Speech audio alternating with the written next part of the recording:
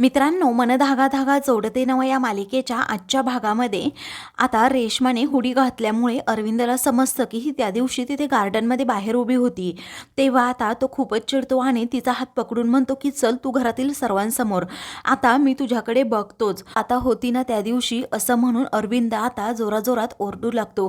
तेव्हा रेश्मा आता खूपच घाबरते. स्वतःचा बचाव करण्यासाठी ती आता तेथून पळ काढण्याचा प्रयत्न करते. अरविंद आता तिचा पाठलाग करू लागतो. दुसरीकडे आनंदी बाहेर येते. तिचे बाबा समोरच उभे असतात.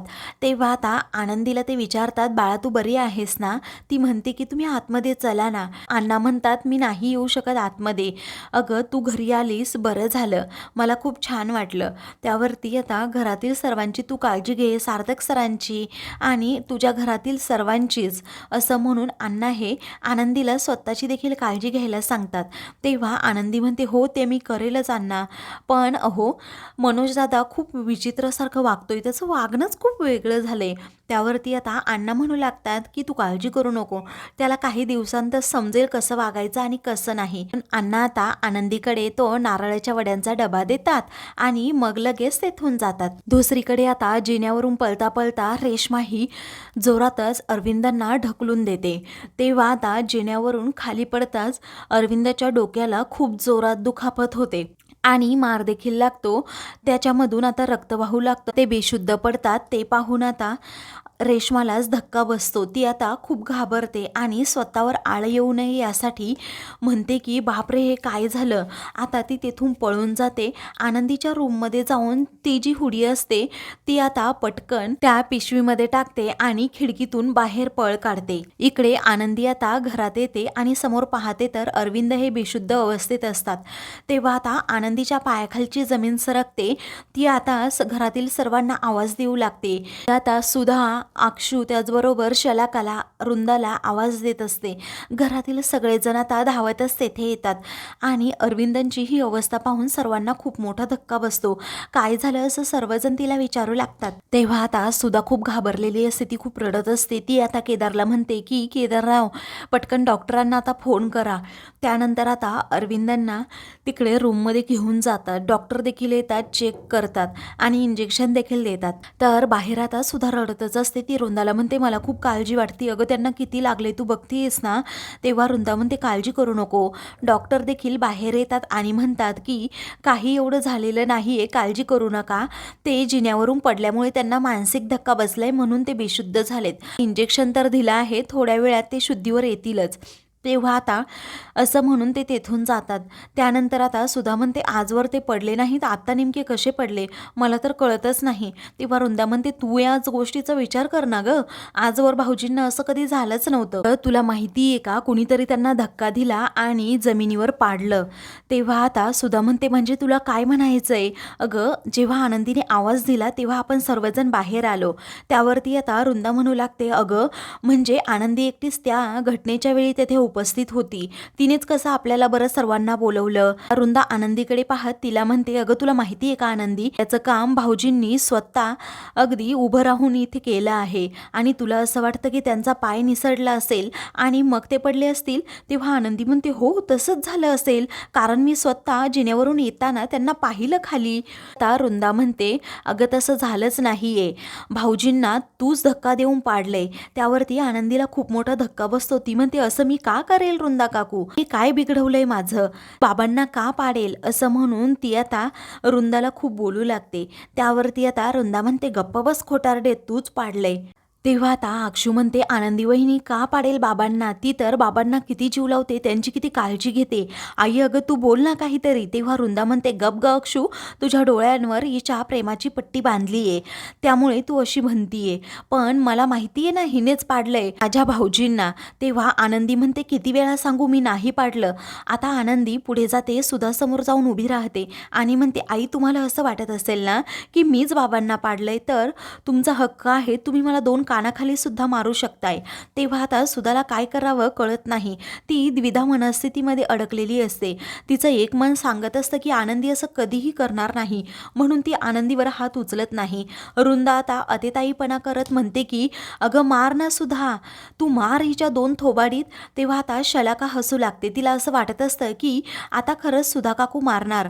त्यानंतर आता रुंदा म्हणू लागते, अगं सुधा तू कसला विचार करतेस? या मुलीने आपलं सुख हिरावून घेतलंय, तू हिच्या थोबाडीत मारच, आणि तुला जमत नसेल ना तर मी मारते. असं म्हणून ती आनंदीचा आता जोरात हात पकडते आणि तिच्यावर हात उचलणार असते. आनंदी आता तोच हात पकडते आणि रागातच रुंदाकडे पाहत तिला म्हणते की सार्थक सरांच्या आई म्हणजे आई ह्या माझ्या आईसारख्या आहेत.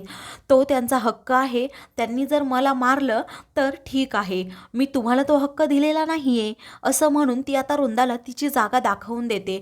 तेव्हा रुंदाला आता खूप राग येतो. शलाकाचा आता चेहराच पडतो. सुधा आता सगळ्यांकडे फक्त पाहत राहते. तर अक्षूला आता आनंद होतो. मग नंतर आनंदी आता रुंदाचा हात सोडून देते आणि सुधाला म्हणते, बाबांना कुणी पाडलं यापेक्षा त्यांच्या तब्येतीची काळजी घेणं सर्वात जास्त आता महत्त्वाचं आहे. असं म्हणून आता ती लगेच अरविंदांकडे जाते. तेव्हा तेथे आता ती बसते. तिला सगळ्या गोष्टी आता रुंदाच्या आठवू लागतात. पुढे आता आनंदी म्हणू लागते की या घरामध्ये मला कोणतं स्थान नाही आहे आणि मी राहावं असं कुणाला वाटतसुद्धा नाही. म्हटल्यावर हे घर सोडून जाणं माझ्या दृष्टीने योग्य आहे. असं म्हणून आता ती अरविंदांकडे पाहत चाललेली असते. तेव्हा पटकन आता अरविंद शुद्धीवर येत तिचा हात पकडतो आणि म्हणतो, बाळा, प्रवाहाच्या उलट दिशेने जो जातो तोच नेहमी तरतो. तू लढण्याचं बळ मनामध्ये ठेव, तेच तू जिंकशील सुद्धा. तेव्हा आता आनंदी म्हणते, बाबा बरोबर आहे तुमचं. असं म्हणून तुमची तब्येत कशी आहे? आता तुम्हाला बरं वाटतंय का? असं ती विचारते. अरविंद म्हणतात की हो, मला बरं वाटतंय आता. आता दुसरीकडे रुंदा रूममध्ये येते. तिच्याबरोबर शलाका देखील असते. रुंदा आता खूप संतापलेली असते. ती म्हणते, माझ्या दुखऱ्या नसेवर हिने मिठच चोळलं असं म्हणायचं. माझा नवरा गेला, मला त्या घरात कधीही हक्क मिळाला नाही. तो हक्क मिळवण्यासाठी मी नेहमी धडपडत राहिले. माझ्या लहान जावेला तो हक्क मिळाला. सुधाला आता सगळं काही व्यवस्थित जमतंय. ती आता एकदम तिच्या लाईफमध्ये सेटल आहे. पण माझं आयुष्य कधीही सेटल झालं नाही. असं म्हणून रुंदा आता म्हणते की आणि याचमुळे मला आता असं वाटतंय सर्वांचा बदला घ्यावा. अगं ती काल आलेली आनंदी, तिनेही मला सुनवलं. मला घरातून बाहेर काढते की काय असं मला वाटलं. आता हिच्याकडे मी बघणारच आहे. तेवढ्यातच आदर्श आता तेथे येतो आणि म्हणतो की तुला असंच पाहिजे. तुझा तिने हात पकडला, बरं झालं मोडला नाही. अगं तिने 181 नंबरवर फोन केला असताना मग तुला समजलं असतं काय असतं ते. तेव्हा आता 181 नंबर म्हणजे काय असतं असं रुंदा विचारते. तेव्हा शलाकाला नक्की माहीत असेल ना काय असतं ते. आणि अगं आनंदीच्या बाबतीत वेगळा कायदा असतो आणि तुझ्या लेकीच्या बाबतीत वेगळा कायदा का? असंही आता आदर्श सुनावतो. अगं तुझ्या मुलीचं तिच्या सासूबरोबर पटत नाही म्हणून इथे येऊन राहिली. तेव्हा आता शलाका त्याच्यावर जोरात ओरडते, तू माझ्यावर यायचं नाही हा आदर्श दादा, गप्प बस. तेव्हा आदर्श म्हणतो, 181 नंबरचा अर्थ समजावून सांग जरा तिला.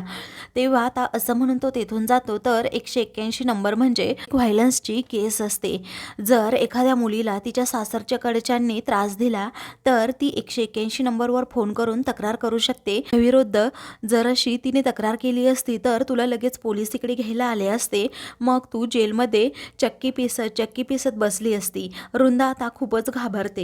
इकडे आनंदी आता अरविंदला म्हणते, तुमच्या औषधांची वेळ झाली आहे. तेव्हा अरविंदला ती औषधं देत असताना सुद्धा तेथे येते. तिच्या हातातून तो चमचा घेते आणि फेकून देते. म्हणते की तू औषध देण्याची काही गरज नाही, हे सगळं तुझ्यामुळेच झाले, तू जाग माझ्या नजरेसमोरून. तेव्हा आता आनंदीला खूप वाईट वाटतं. ती म्हणते, आई अहो मी औषधं देत होते. अरविंद देखील तेच सांगत असतात पण सुद्धा ऐकण्याच्या मनस्थितीत नसते. ती म्हणते की अगं मी तुझ्यासमोर हात जोडू का? तू माझ्या डोळ्यासमोरून जा. तेवढ्यातच सार्थक तेथे येतो आणि विचारतो, काय झालं आई? आणि बाबांना हे काय लागलं? तेव्हा तुझ्या बायकोला विचार काय झालं ते, असं आता सुधा रागातच म्हणते. आनंदीला वाईट वाटतं. मित्रांनो, पुढील भागामध्ये सुधाला आता पोलीस घेऊन जाण्यासाठी येतात. तेव्हा ती खूपच घाबरते. अशाच मालिकेंचे पुढील भाग पाहण्यासाठी चॅनलला सबस्क्राईब करा.